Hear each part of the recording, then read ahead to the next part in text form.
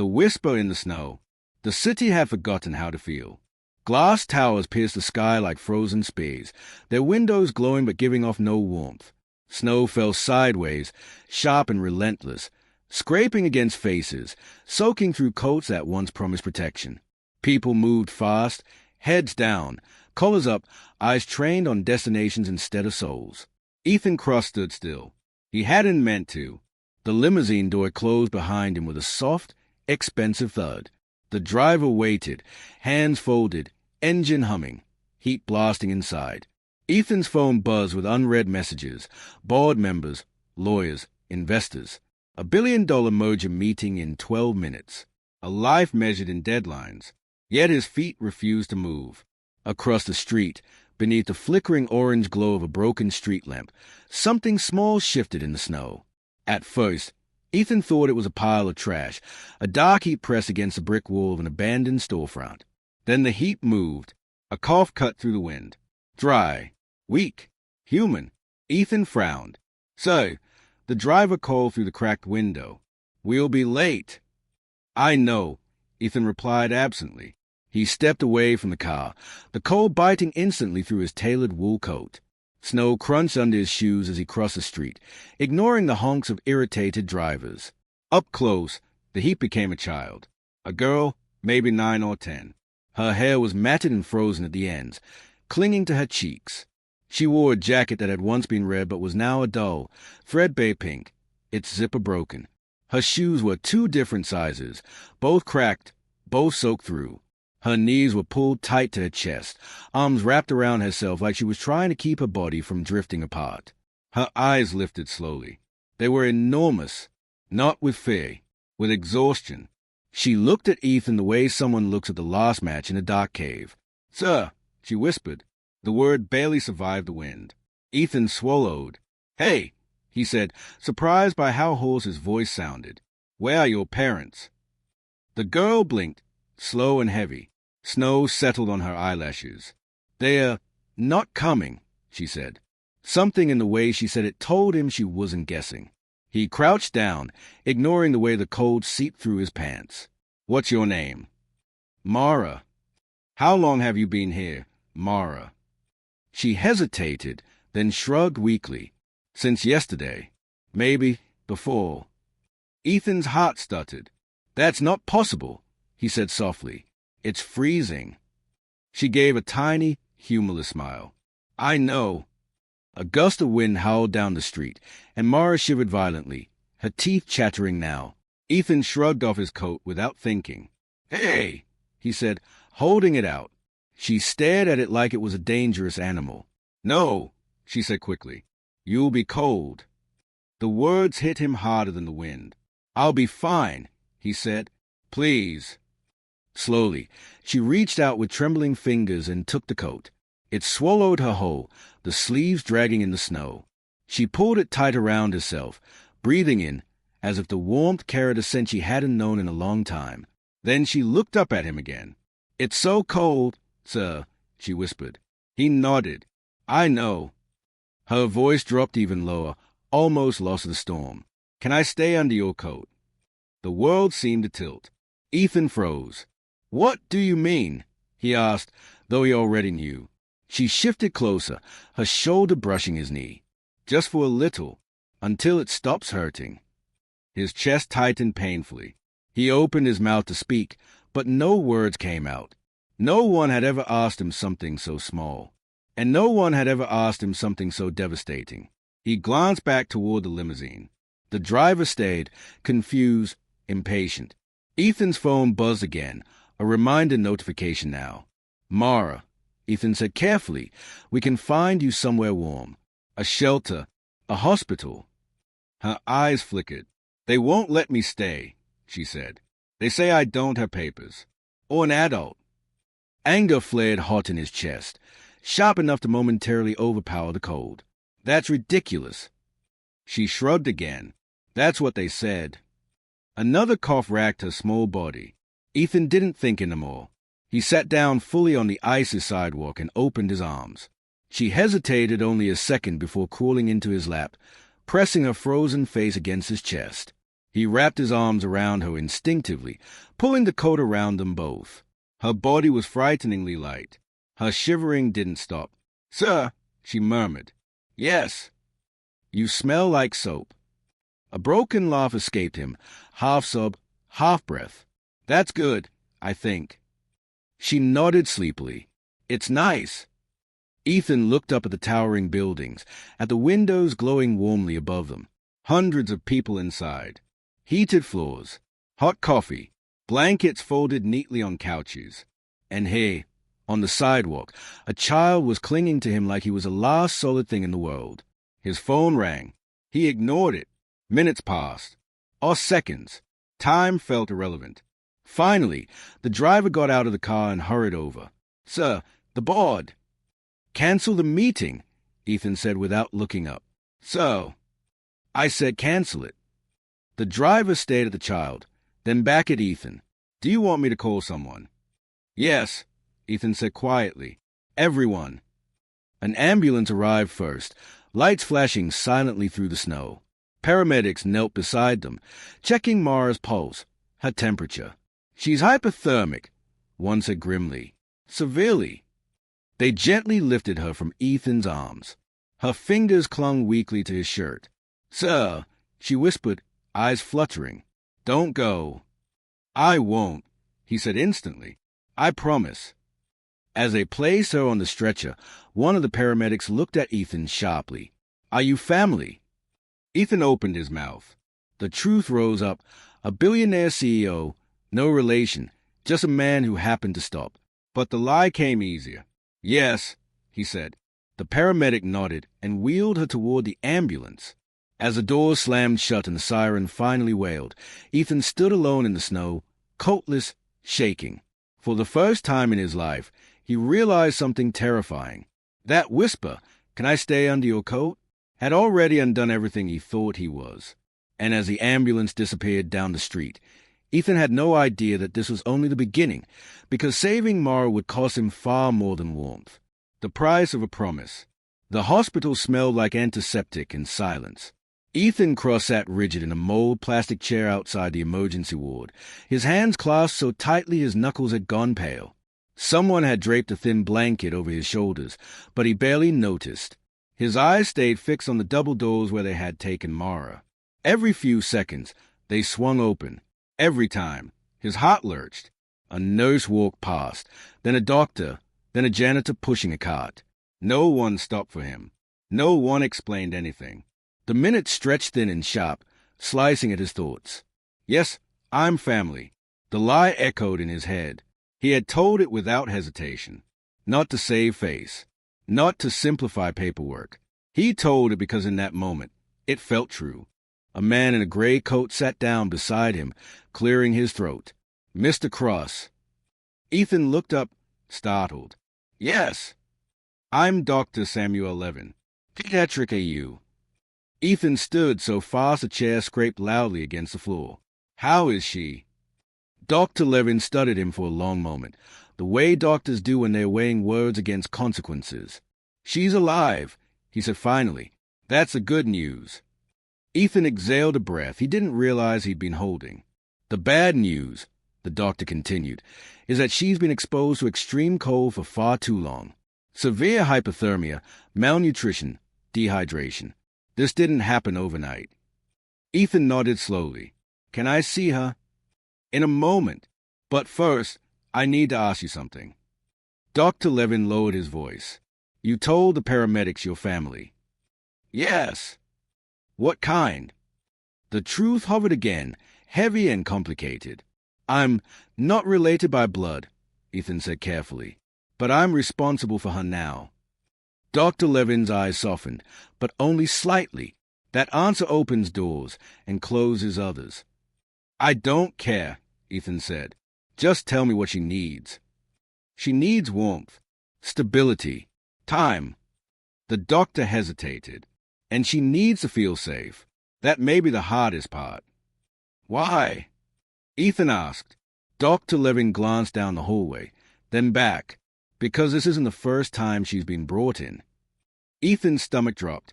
"What do you mean?" "She was here 6 months ago. Same symptoms, less severe. Someone dropped her off, left before we could ask questions. Ethan felt anger bloom in his chest, slow and burning. Who? We don't know, Dr. Levin said, but Child Services tried to place her. No records, no guardian. She ran. Ran where? Back to the street. Silence fell between them. Can I see her now? Ethan asked. Dr. Levin nodded. She's asking for you. The room was dim, warmed by machines and low lights. Mara lay in the bed, wrapped in layers of blankets, tubes taped delicately to her small hands. Her face looked paler, thinner, but peaceful, as if sleep had finally claimed her without a fight. Her eyes fluttered open when Ethan stepped closer. "Sir," she whispered. "I'm here," he said quickly, moving to her side. "I told you I wouldn't go." She looked at him for a long moment, as if testing the truth of his words. "They said I was going to sleep," she murmured. "I was scared." He swallowed. "You're safe now." Her fingers twitched, reaching. He took her hand carefully, mindful of the fall. "You stayed cold for me," she said softly. The words cut deeper than any accusation ever had. "I should have done more," Ethan said. She shook her head weakly. "You did." A nurse adjusted the monitor and leaned in. "She needs rest." Mara's grip tightened slightly. "You'll be here when I wake up." "Yes," Ethan said without hesitation. "I promise." Her eyes closed. The nurse smiled faintly. "She trusts you." Ethan didn't answer. Trust felt like a weight he wasn't sure he deserved, but one he refused to drop. 3 hours later, the sun rose over the city like nothing had happened. Ethan stood in the hospital corridor, phone pressed to his ear. "Cancel the rest of my schedule," he said. "All of it." A pause. Then his assistant's voice, tight with disbelief. "Ethan, the merger alone." "I know what it's worth," he snapped. "I don't care." "You don't care," she repeated. "This could cost." "I said cancel it." The line went dead. Behind him, a woman's heels clicked sharply against the floor. "Ethan Cross." He toned. She wore a tailored coat, dark and expensive, her expression precise and sharp as a blade. 2 men flanked her, both wearing badges clipped discreetly to their belts. "Who are you?" Ethan asked. "Miranda Holt," she said. "Child Protective Services." Something in her tone made his spine stiffen. "We need to talk about the girl." "She's not going anywhere," Ethan said immediately. Miranda raised an eyebrow. "You don't get to decide that." She was freezing to death on the street. He shot back. "Where were you?" "Doing our job," she replied coolly. "The law doesn't bend because you have a conscience." Ethan stepped closer. "I want custody." The men beside her exchanged glances. Miranda actually laughed. "You can't just want a child, Mr. Cross. I can give her a home, medical care, education, safety." "And history?" she asked. "Documentation? Proof of relationship?" "I'm working on it." She shook her head. "That's not how this works." Mara stirred in the room behind them, a small whimper escaping her lips. Ethan lowered his voice. "She's terrified of being sent away." Miranda's expression didn't change. "Fear doesn't override protocol." "What overrides protocol?" Ethan asked sharply. "A donation? A phone call? Because I can make both." Her eyes hardened. "Is that a threat?" "It's a reality," he said. "And you know it." One of the men leaned in and whispered something to Miranda. She exhaled slowly. "We'll allow you to remain here, for now," she said. "But this isn't over. We'll investigate. And if you're hiding anything—" "I'm not," Ethan said. "We will find it," she finished. She turned and walked away, heels echoing down the corridor like a countdown. Ethan looked back into the room. Mara's eyes were open again. "They're mad," she whispered. "No," he said gently. "They're confused." She frowned. "They always take me." "Not this time," he said. She studied his face. "You sound sure." He smiled, though his chest felt tight. "I. But even as he said it, doubt crept in. Because he had money. He had power. He had influence.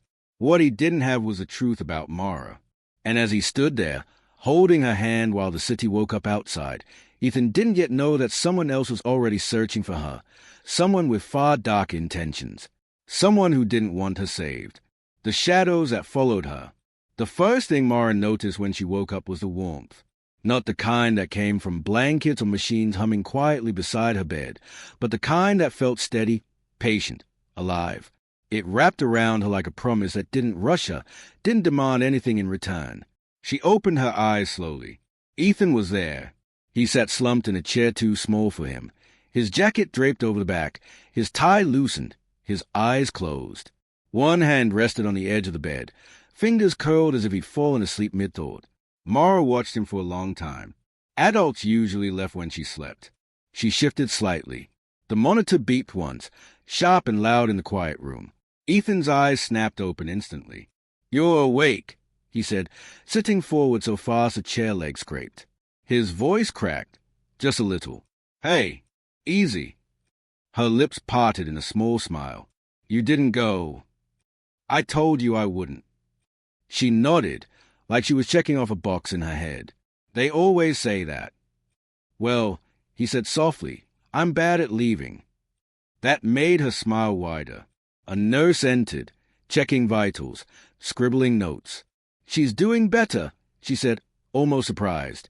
"Body temperature's stabilizing. She's a fighter." Mara frowned faintly. "I didn't fight." The nurse chuckled. "Sometimes surviving is fighting." When the nurse left, silence returned. Thick, cautious, full of things not yet said. Mara broke it first. "They are going to take me," she said. Ethan stiffened. "Who told you that?" "They always do," she replied simply. "After hospitals. After people feel sorry." "Not this time," he said again, though the certainty felt thinner now. She turned her head toward him, studying his face. "Why?"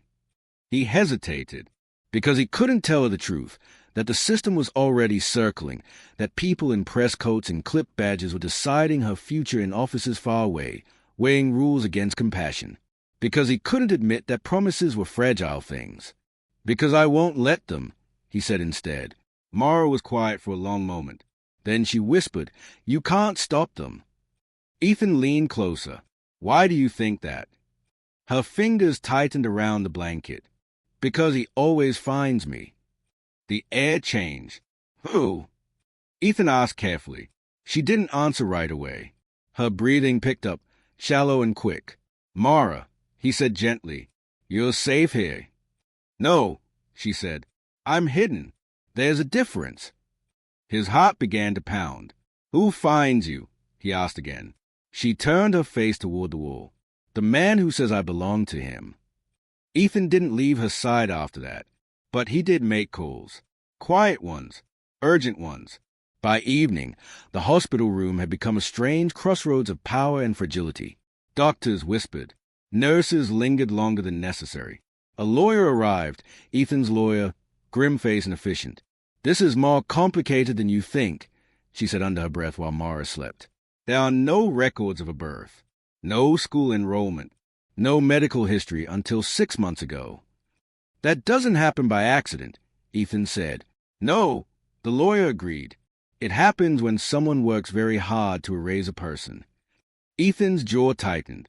Who would do that to a child? The lawyer hesitated. Someone who doesn't want to be found.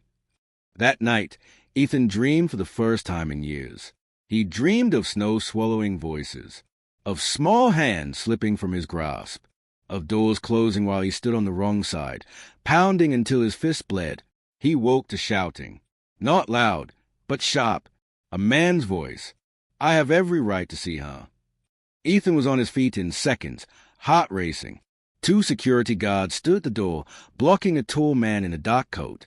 His hair was neatly combed, his smile polite and practiced, but his eyes were cold, calculating, restless. "That's a guardian," the man said calmly. "Ask anyone." "Sir," one guard replied, "you need to leave." The man's gaze slid past him and locked onto Ethan. Recognition sparked. "There you are," the man said, smiling wider. You must be the hero. Ethan stepped forward. Who are you? The man adjusted his cufflinks. My name is Victor Hale. The name meant nothing, but the way Mara whimpered softly from the bed behind him meant everything. Victor's eyes flicked toward sound. Satisfaction flashed there, quick, ugly, unmistakable. She's awake, Victor said. Good. I'd hate for her to think I abandoned her. Rage surged through Ethan like electricity. You don't come near her, Ethan said. Security. Victor raised a hand. Relax. I'm not here to cause a scene. Then leave, Ethan snapped. I can't, Victor replied calmly. She's mine. Mara's voice trembled. No. Victor sighed, almost fondly. You see? She's confused again. Ethan felt something snap. She told me about you, Ethan said. About how you find her. Victor tilted his head. Children say many things. She said you claim she belongs to you. And she does, Victor replied without hesitation. Legally. Ethan laughed once, sharp and humorless. You erased her records. Victor's smile didn't falter. I protected her privacy. You abandoned her on the street, Ethan said, stepping closer. Twice. Victor's eyes hardened. I taught her independence. The guard shifted uneasily. You're not taking her, Ethan said. Victor leaned in, lowering his voice. You think money makes you powerful, Mr. Cross. It doesn't. It just makes you visible. Ethan met his gaze. And you think hiding makes you untouchable. Victor smiled. It is so far. Sirens wailed faintly outside. Somewhere down the hall, a phone rang. Victor straightened. Enjoy your moment. This is just paperwork catching up. He turned to leave, then paused. Oh, he added lightly, if you really care about her, you'll let her go. Ethan didn't answer. Victor walked away. The door shut. Mara was crying now, silent tears sliding down her cheeks. He's going to take me, she whispered. He always does. Ethan crossed the room and knelt beside her bed, gripping her small hands. Listen to me, he said, his voice shaking, not with fear, but with fury. I don't care who he is. I don't care what he claims. He will not touch you again. She looked at him through tears. They never believe me. I do, Ethan said. That was when his phone buzzed. A message from his lawyer. We just ran his name. Victor Hale isn't who he says he is. And this goes deeper than custody.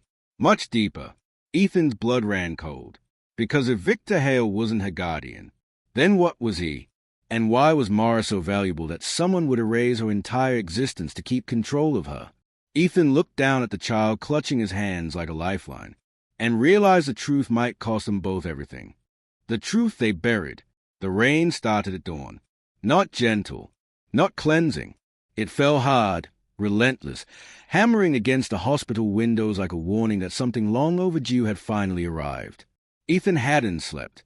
He stood by the glass, coffee untouched in his hand, watching the city drown itself awake. Every reflection in the window showed him a different version of himself. CEO, protector, liar, witness. A man who had crossed an invisible line the moment he opened his arms on a frozen sidewalk. Behind him, Mara slept. Or pretended to. Ethan knew the difference now. His phone vibrated again. He didn't look at it. He already knew who it was. His lawyer. Again. Say it, Ethan said quietly when he finally answered.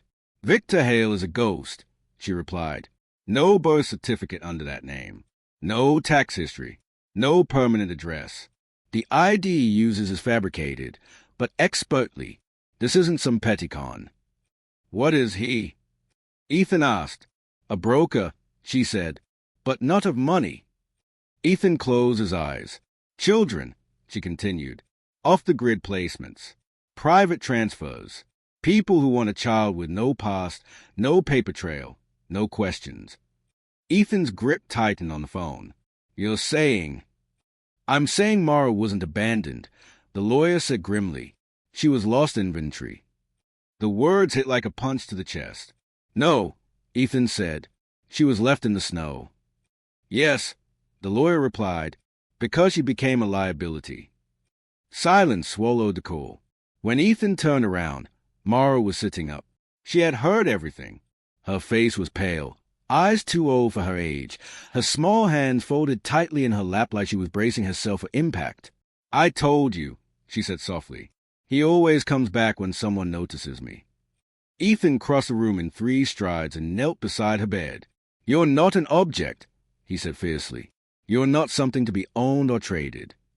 She shrugged. "That's not what he says."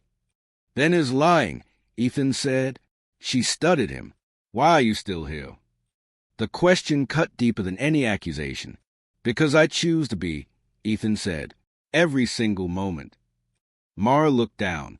"Everyone chooses, until it's hard." The door opened before Ethan could answer. Miranda Holt stepped in, rain clinging to her coat, her expression stripped of its earlier arrogance. No clipboard, no entourage, just urgency. "We need to talk," she said. Ethan stood immediately, placing himself between her and the bed. "You already did enough talking." Miranda raised her hand slightly. "This isn't protocol in the mall." That got his attention.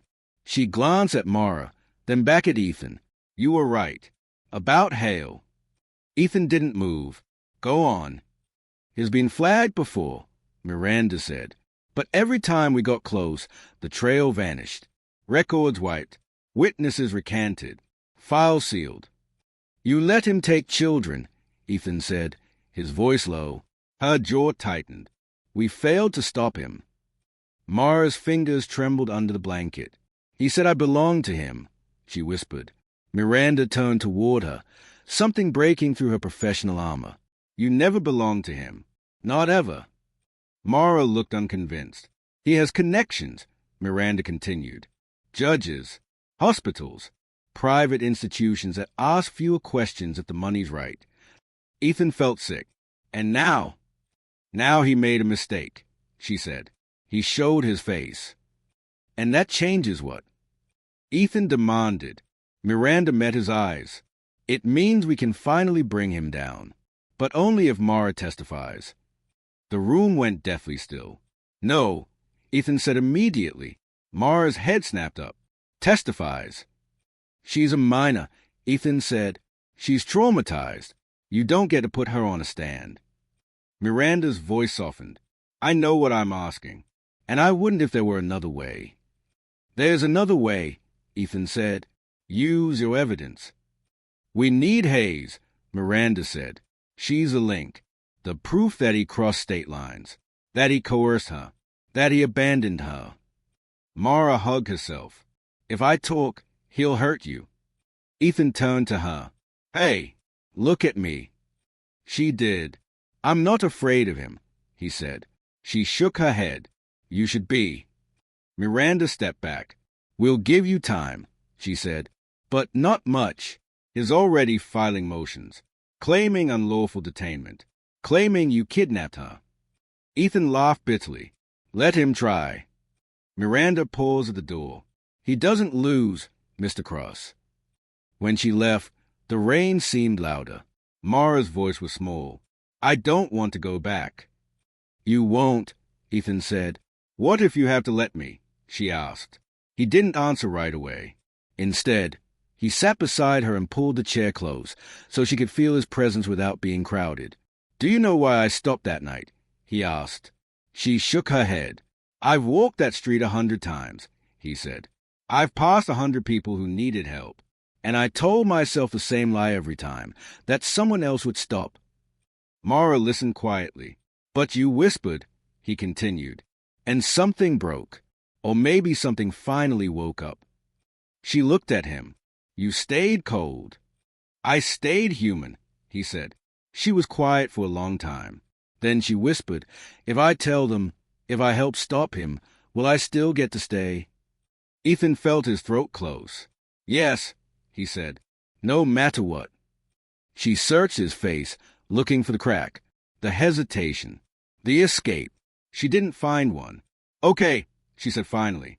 "I'll talk." Ethan nodded, though his heart was pounding. They moved fast after that. A secure location. A private room. No windows. 2 officers. 1 recorder. Mara sat at the table, feet not touching the ground, hands wrapped around a cup of warm cocoa. Ethan stood just outside the door, watching through the glass as she spoke. She told him about the house with no pictures on the walls, about the other children who disappeared one by one, about the rules, the silence, the man who smiled when people weren't watching, about the night he left her in the cold. He said I was defective, she said quietly, that I asked too many questions. Ethan closed his eyes. The interview ended. The recorder clicked off. The officer nodded. We have enough. Ethan exhaled for the first time in hours. Then the alarms went off. Red lights. Shouting. Doors slamming. A guard ran past him. Here's he. Ethan spun. Victor Hale stood at the end of the corridor, flanked by men in suits, his expression calm, almost amused. I warned you, Victor called out. You should have let her go. Ethan stepped forward, heart hammering. Behind the glass, Mara looked up and froze.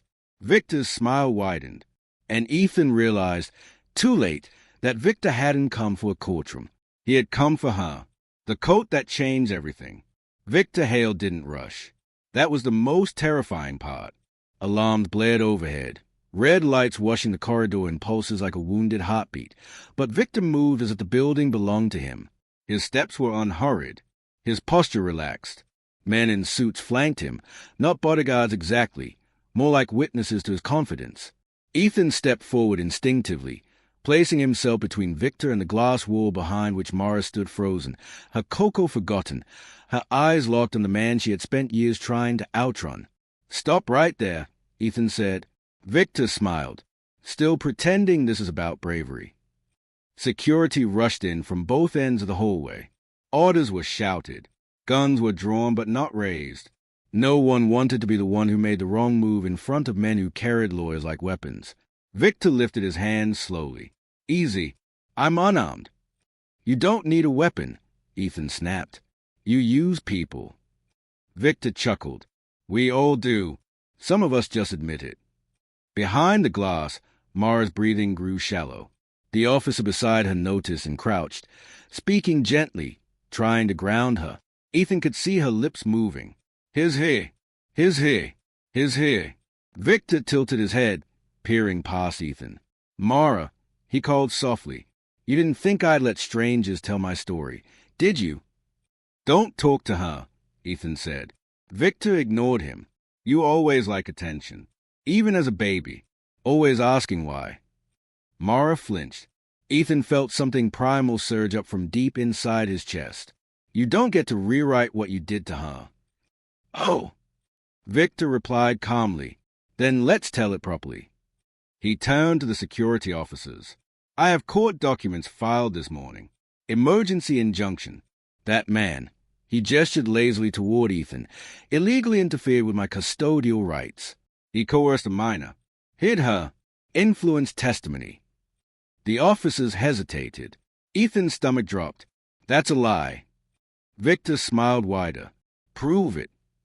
Miranda Holt burst through the stairwell door, breathless, rain-soaked again, fury burning in her eyes. Don't listen to him, she shouted. His stalling. Victor sighed. Always so dramatic, Miranda. You're finished, she shot back. We have her statement. We have corroboration. We have surveillance. Victor's eyes flicked to her. Sharp now. Do you? He snapped his fingers. One of the suited men handed an officer a tablet. The officer's face changed as he scrolled. Sir, he said to Miranda cautiously, this injunction is real, signed by a judge. Ethan felt the floor tilt. Victor leaned closer to Ethan, his voice low. Power doesn't come from truth, he whispered. It comes from timing. Mara's voice suddenly cut through the chaos. Stop. Everyone turned. She had stood up. Her legs trembled, but she stood anyway, one small hand pressed against the glass.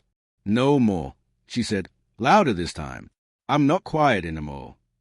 Victor's smile faltered, for the first time. Mara, he said gently, you're upset. I was upset when you left me in the snow, she replied. I was upset when I thought I was invisible. The officer beside her looked at Miranda uncertainly. Ethan's heart pounded so hard it hurt. Mara continued, her voice shaking but growing stronger. You said I was defective, but you're wrong. Victor's jaw tightened. You don't understand. I understand everything, she said. You needed me small so you could feel big. Silence fell. Even the alarm seemed distant now. I'm not your property, Mara said. I'm not lost, and I'm not afraid of you anymore. Victor laughed once, sharp and brittle. This is a child speaking emotionally. Miranda stepped forward. No, she said. This is a witness speaking clearly. The officer holding the tablet frowned. Sir, he said to Victor, there's a discrepancy here. This injunction. Victor's eyes flashed. Do you know who I am? Yes, the officer replied slowly. I do now. He turned to another guard. Detain him. Victor took a step back. You're making a mistake. Ethan didn't move. He just watched as the illusion finally cracked. You already made yours, Ethan said. The guards moved in. Victor's composure shattered. You think this ends me, he snapped. You think one little girl. She's not little, Ethan said, and you're done. They cuffed him. As Victor was led away, his eyes locked onto Mara one last time, burning, promising, furious. She didn't look away. She raised her chin. The doors closed behind him. The sound echoed like a verdict. The world didn't change overnight, but it shifted. Courtrooms replaced corridors. Evidence replaced excuses. Names surfaced. Files unsealed. More children came forward. More stories broke the silence. Victor Hale didn't walk free again, and neither did the system that had protected him. Months later, the snow returned. But this time, it fell gently. Mara stood by a large window, her reflection warm and alive in the glass. She wore a thick coat, new, blue, zipped all the way up. Her hair was clean, longer now, her eyes still observant, but no longer hollow. Ethan stood beside her, hands in his pockets. You know, she said, I still remember that night. I do too, he replied. You looked scared. I was, he admitted, not of the cold. She smiled. You stayed anyway. He nodded. So did you. A judge had signed the final papers that morning. Permanent guardianship. Family, not by blood, but by choice. Mara leaned against him. Can we go outside? It's cold, he teased. She grinned. I know. They stepped out together, breath-forming cloud in the winter air. Mara tugged on his sleeve. Hey! Yes! She lowered her voice, playful but sincere. If it gets too cold. He smiled, already unbuttoning his coat. There's always room under mine. And this time, the warmth wasn't borrowed. It was home.